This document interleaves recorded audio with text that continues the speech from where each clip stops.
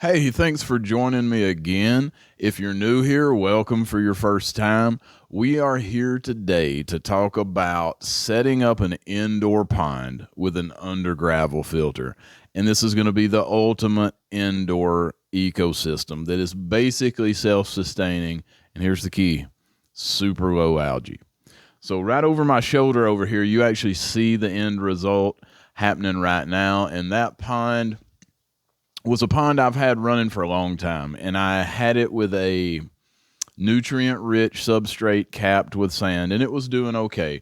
But I was experiencing similar problems to what I've had with most of my tanks that I've set up that way, which is they would work for a while and then the actual nutrient layer below would start to foul, would start to rot, and algae would take over. The plants would deteriorate, and as soon as I would tear down that pond or that tank, I would realize just how bad that situation was. So some of my tanks in here have been switched over to some under gravel filters. I think they work great, and in this case I think it's going to really work nice for this small pond. I generally take this pond outside during the summertime. I'm not sure how that's going to work now because it has grown in so nicely. I don't know if I'm going to want to disrupt it as soon as spring comes around, but it has a little colony of guppies that I've had going for a long time in there, and we'll talk more about that in just a second when you watch some of my other footage. But it's been a very successful pond. It does really well. They're just random guppies. They're no specific breed, but I really enjoy them. I really wanted to keep them going. But the in and out of the pond each year kind of disrupts the substrate a little bit. I think it helped in the past where it had the sand capped, very dense substrate. But in this case, I don't think it's going to make that much difference. If it gets jostled around a little bit with the under gravel filter, it's going to work great. Now, for you folks that are new to under gravel filters, new to indoor ponds, I'm setting this thing up like this without any kind of external filter because the very deep gravel bed, the deep substrate bed, which is comprised of volcanic rock, eco-complete, and just regular old lava rock, and some fired clay substrates, akadama, calcined clay, which is really the American version of akadama. I've got fluorite in there, the Scaping fluorite substrate, which is a fired clay substrate. It's got a little bit of a lot of things in there. And what that does is it mechanically filters the water as the water is being pulled through it. It's actually taking small particles out. But most importantly, it works as a huge bed of biological filtration.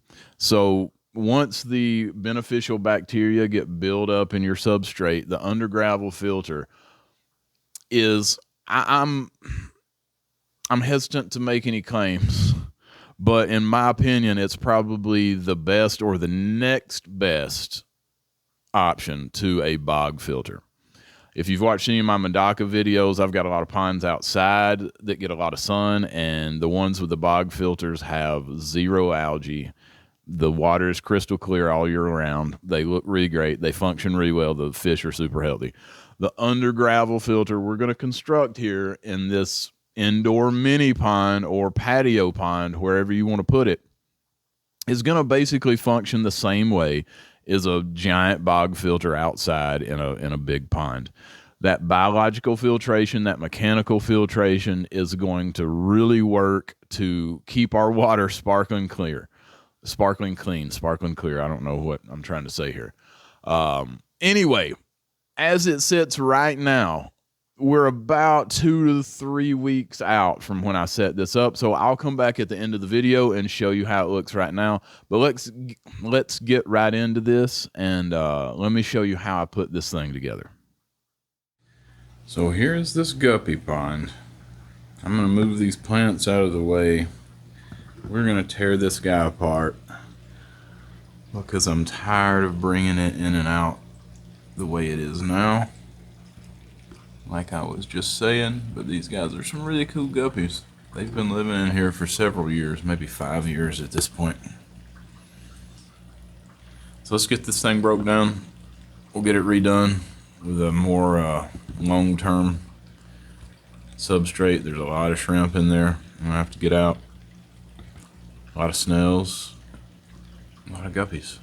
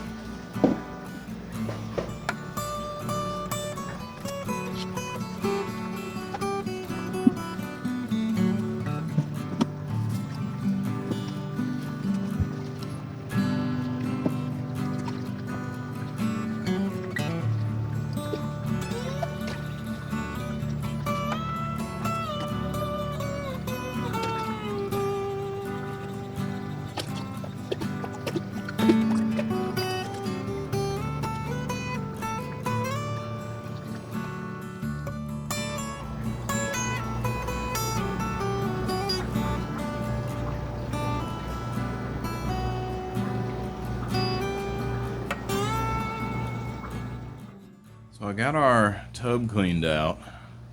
Didn't want to scrape all the algae out because I don't mind that being in there. It'll give everybody something to eat on for a little while. But I realized my under gravel plate doesn't quite fit, so I'm gonna have to do a little modification, and we'll see how that comes out.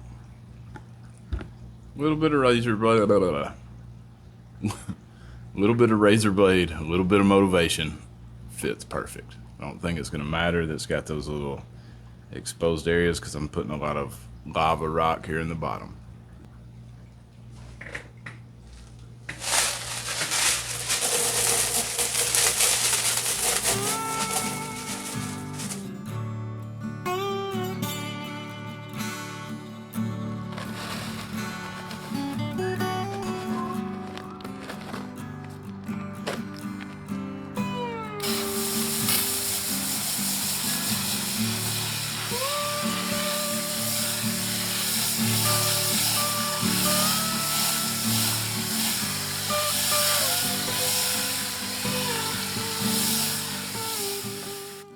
So we got a nice little bed of lava rock and some black gravel around the edges. That's going to give us a lot of beneficial bacteria growth under our substrate. Alright, now let's get this main substrate in, which is a mix of lava rock, Eco-Complete, calcined clay, some aquarium gravel, what else is in here? Fluorite, plain old fluorite, and some akadama. All of that stuff is mixed up into this substrate. That's a cool look.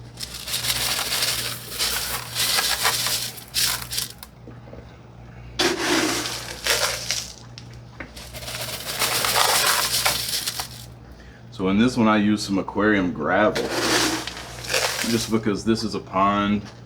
I don't care so much what it looks like as far as the substrate goes, but also just as a filler, because I don't need as much plant growth, or at least as pretty of plant growth in this one. It'll be just fine. Less expensive. I actually got all of this stuff on sale, some kind of Black Friday something at a couple of different places. So it turned out to be quite cheap.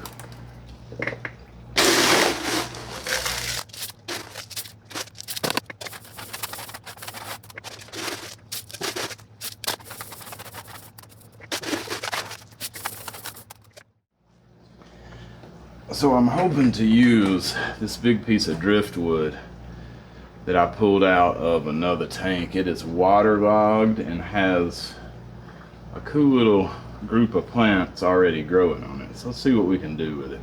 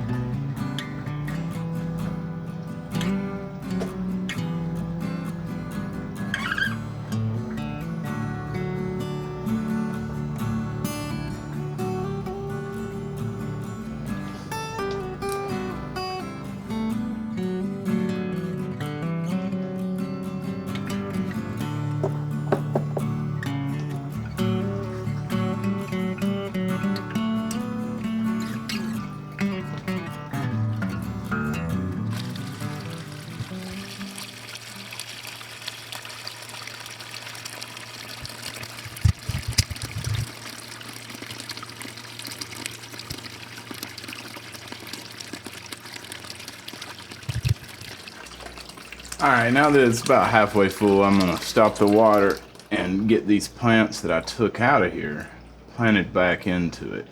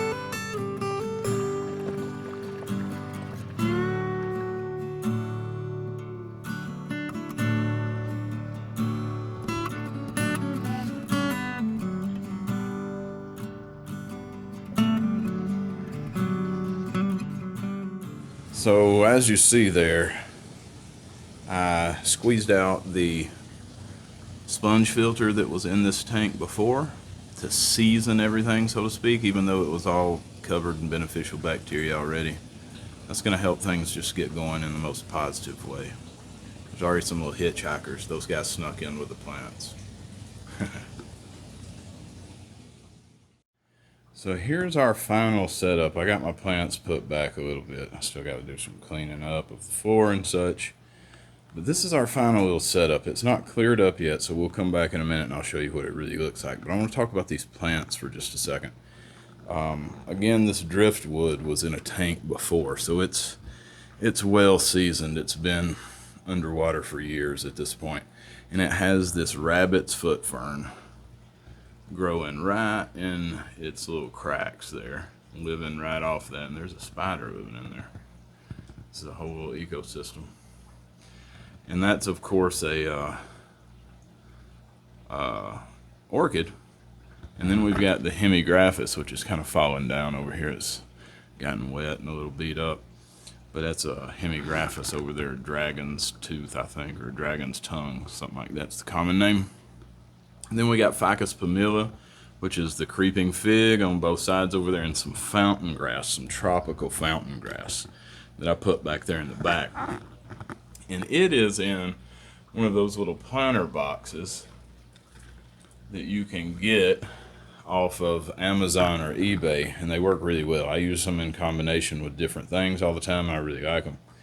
But overall, pretty good. Now, plants in the water, we've got some anubias back there in the corner in the shade, and it will do just fine. It doesn't care if it gets any light at all.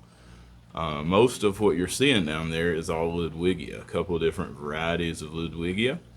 And then I've got an Amazon sword tucked in there, a mini sword, and some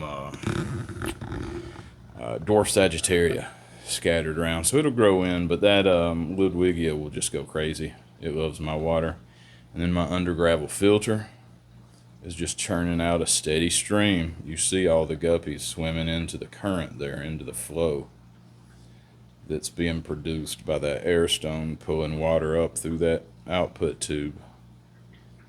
If you want to know more about undergravel filter setups, check out my other videos. I've got a whole series on them. We've got lots of livestock in here, so we'll come back in a little while and see how this turns out once it's had a little while to clear up. And there we go. That is the finished product. About two and a half hours after I started it. I'm really impressed with how it turned out. Not that I did a particularly good job, I think it looks good. So yeah, all of this under gravel filter stuff that I used in here were just spare parts. Sometimes when I order these, I will order a version that's bigger than the tank I'm going to use if the plates will still fit right. So that's what I did here. I just had that one extra plate, and I had some extra substrate. So I mixed up a little more gravel, a little more lava rock, and yeah, I had that driftwood out of another tank, and it sure does look good in there.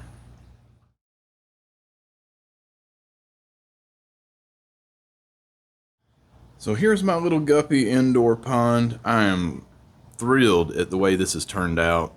We're many days down the road with this. It's had a chance to grow in, and everything is just looking fantastic. For you folks new to all this, remember this is being driven off of my central air pump, so it's very cost effective. The grow light that it's running off of is just a normal Sansi grow bulb. If I'm not mistaken, that is a 28 watt or maybe a 32 watt, but it's not more than that. I think that bigger one is the 32. I think that's a 26 or a 28. Anyway, it's several feet, couple feet above the water surface. We're getting great growth in here. Everything is looking fantastic. The water is just really clear, and there's a good amount of guppies in there. This thing holds about 12 gallons of water, 15 gallons of water maybe at the most. I've got some floating plants hanging around in there. Just really happy with it. A super easy way to set up a little indoor pond that will last a long time. Some of my techniques may seem a little contradictory to what some other folks are doing online. I think a lot of folks set things up to not necessarily last that long, but I come from a world of bonsai trees, and everything that I set up, I want it to be long term because I like to see how the plants develop in that long term sense. So I'm hoping that this lasts several years in this form. Most of the Ludwigia that you see growing down there in the bottom is quite old. It's been outside and trimmed back, and the cuttings have been thrown away for years and years, and it's really starting to perk back up here inside and put on some good dense growth and some really nice green color in these past 3 weeks that it's been set up in here. I think I'm going to do something about this rock pile. Those rocks are left over from the previous setup, and I put them in there. I had put them in water, dechlorinated water, while I was doing this setup to maintain the beneficial bacteria that was growing on them. And I think I'm going to cover those up with either, I don't know, some Java fern or some moss or some Anubias, or just pile some more dragonstone on top of there. But man, that stuff is so dirty. It makes such a mess. I dislike using it. It looks cool, looks really cool, but God, it's such a mess. Anyway, I think she looks pretty good. I think it turned out well. For the floating plants, I've got red root floaters. I actually just threw a big stem of Ludwigia back there too, just to float around and root. And then I've got some Riccia in here as well that will end up making a big mat. And the fish really like that stuff.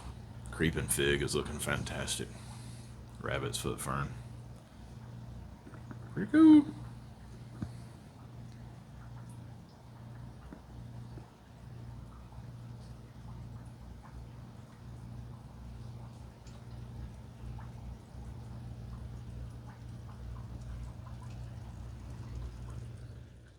So as you guys saw there, I am really happy with the way this turned out. The plants above the water are growing vigorously here in my plant basement, fish room basement thing. Everything is doing really well under the Sansi grow bulb that I've got the whole thing running off of. The under gravel filter is performing amazingly. The water's been clear basically since I set it up. Since I set it up, I've had zero problems with this thing over the past 3 weeks. The plants are growing very well.